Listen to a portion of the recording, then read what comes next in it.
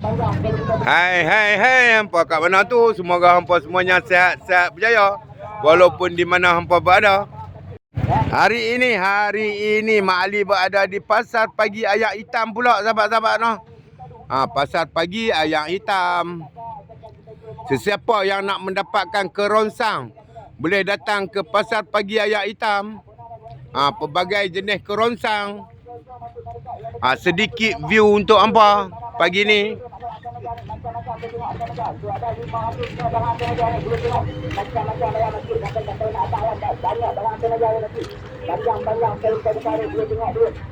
Tapi apa-apa pun bila hampa melihat video ini, hampa jangan lupa aktifkan butang di sebelah kanan anda.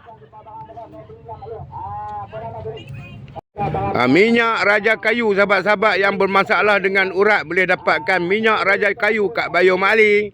Okey, jumpa lagi next video. Bye-bye. Assalamualaikum.